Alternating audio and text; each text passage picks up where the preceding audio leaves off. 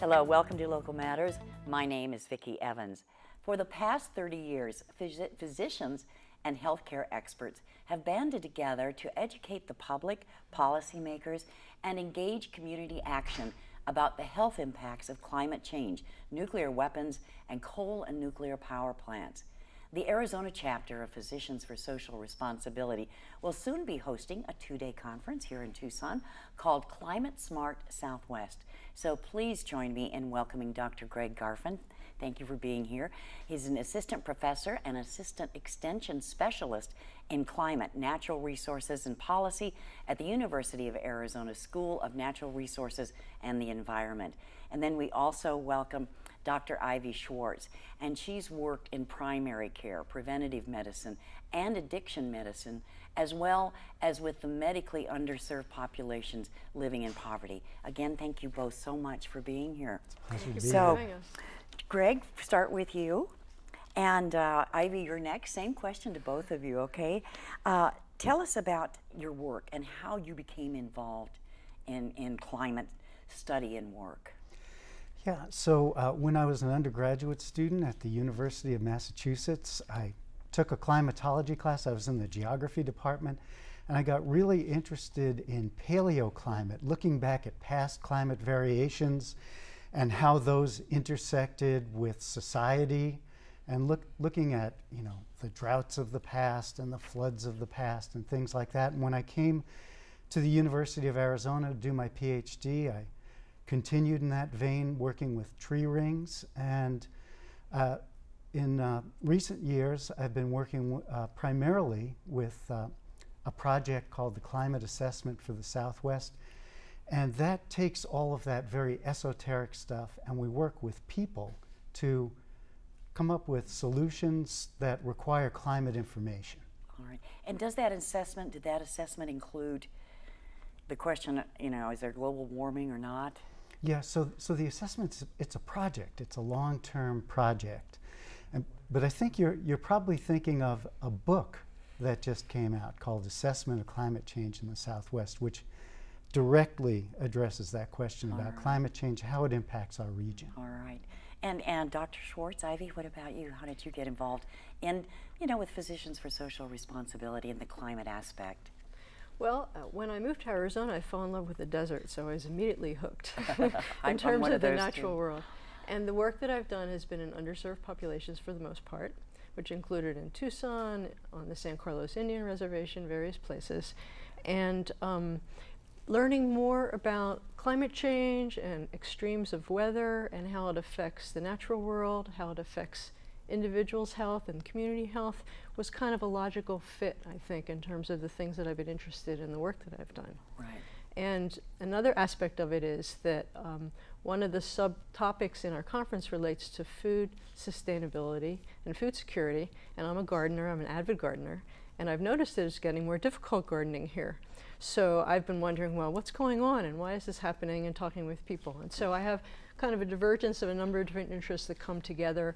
And PSR is an organization that has just been so well known for so long in really looking at important public health issues and advocating for public health and for well-being.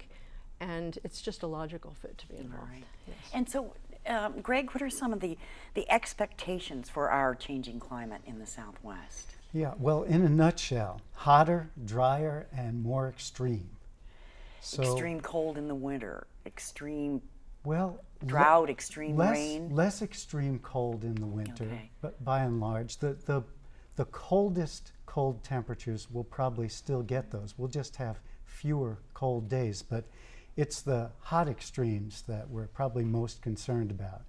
Think about Tucson, middle of this century, with temperatures more like Phoenix, and by the end of the century, exceeding those of Yuma. That's hot. And you know, think about another month worth of 110-degree days. And that, you know, has a lot of ramifications for people who work outside, for cooling, air conditioning, the demand for electricity, for water, and for our wildfire season, many other things. Right, right. And what about flooding? Is that going to be a part of this change? So you I know? said more extreme, yeah. So there are a couple of different flood scenarios. One is that given the assumptions that we continue to emit a lot of heat-trapping greenhouse gases, the so-called 100-year precipitation event may become the 50-year precipitation event. So basically a doubling of those extreme And we were just events. seeing those photos of flooding, and that was local flooding, wasn't it? Yeah, From, yeah. From 2006? Probably from 2006, yeah. I mean, we took a huge hit in 1983. I mean, Right. we learned, the whole state of Arizona learned the hard way from those 1983 floods. And, you know, these extremes, you know, they might not be so likely to happen, but if they hit us, then they'll exact a big toll. Right.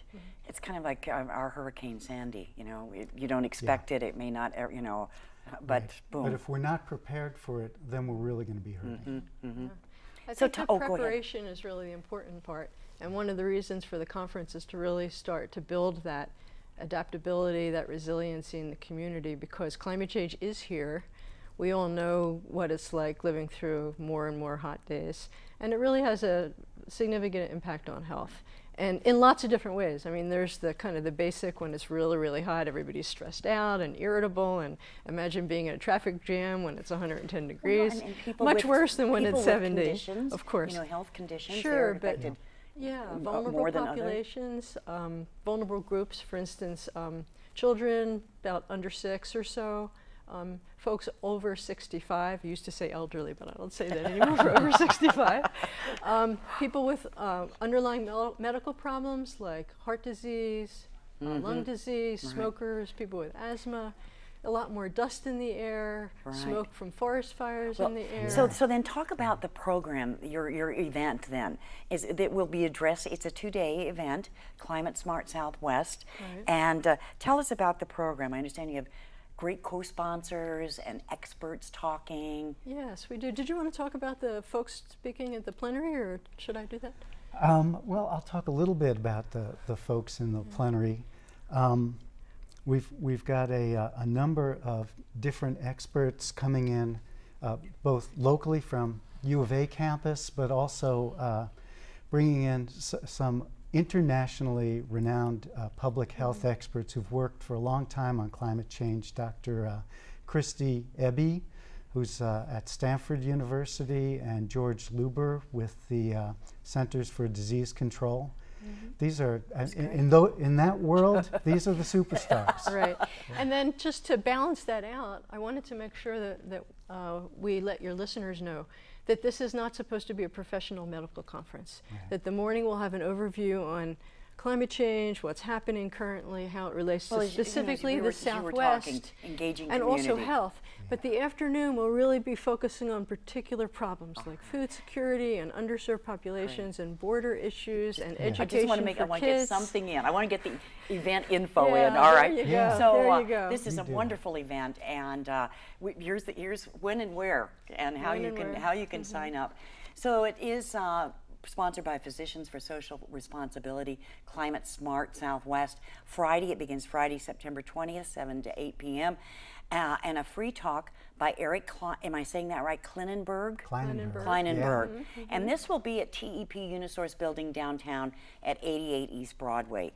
And then on Saturday, September 21st, it's 7:30 to 5:30 at the Tucson Convention Center. So we've got how you can RSVP. And again, the conference is September 20th and 21st. And RSVP for Friday and register, because remember it's a free event on Friday, and register for Saturday at psr.org/azclimate. So who are you engaging in the community, and how are you doing that? So generally, we're engaging citizens, and in particular, we're aiming for public health workers and professionals.